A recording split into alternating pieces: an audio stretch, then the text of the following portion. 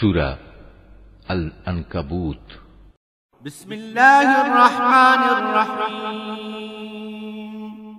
রহমান রহিম আল্লাহ তাআলার নামে। আলিফ লাম মিম।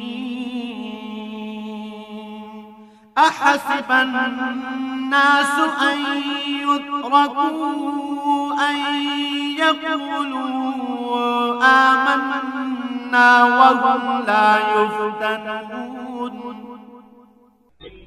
আলিফ লাম মিম। মানুষরা কি এটা মনে করে নিয়েছে তাদের শুধু এটুকু বলার কারণেই ছেড়ে দেয়া হবে যে আমরা ঈমান এনেছি এবং তাদের কোন রকম পরীক্ষা করা হবে না?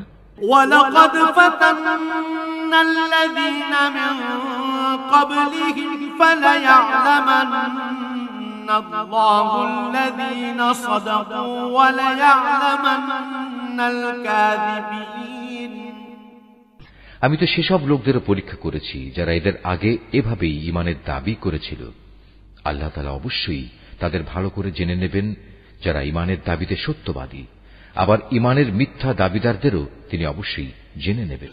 আম হাসিবাল্লাযীনা ইয়া'মালুনাস সাইয়্যাতি আন ইয়াসবিকুনা সাআ মা ইয়াহকুমুন।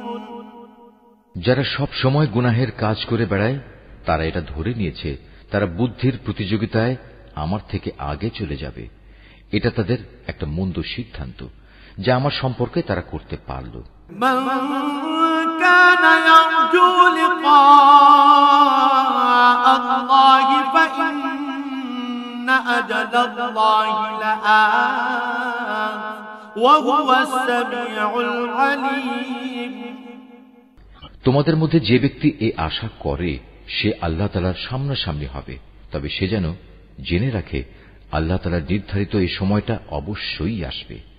আল্লাহ তাআলা সবকিছু শুনেন, সবকিছু জানেন। ওয়ামান জাহাদা ফাইন্নামা ইউজাহিদু লিনাফসিহি ইন্নাল্লাহা লাগানিয়্যুন আনিল আলামিন।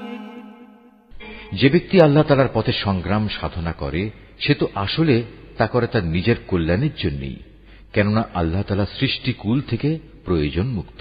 ওয়াল্লাযীনা আমানু ওয়া আমিলুস সালিহাতি লানুকাফিরান্না আনহুম সাইয়্যাতিহিম ওয়া লানাজজিয়ান্নাহুম আহসানাল্লাযী কানু ইয়া'মালুন। যারা ঈমান আনে এবং নেক কাজ করে আমি অবশ্যই তাদের সেসব দোষ ত্রুটিগুলো দূর করে দেব, এবং তারা যেসব নেক আমল করে আমি তাদের সেসব কর্মের উত্তম ফল দেব।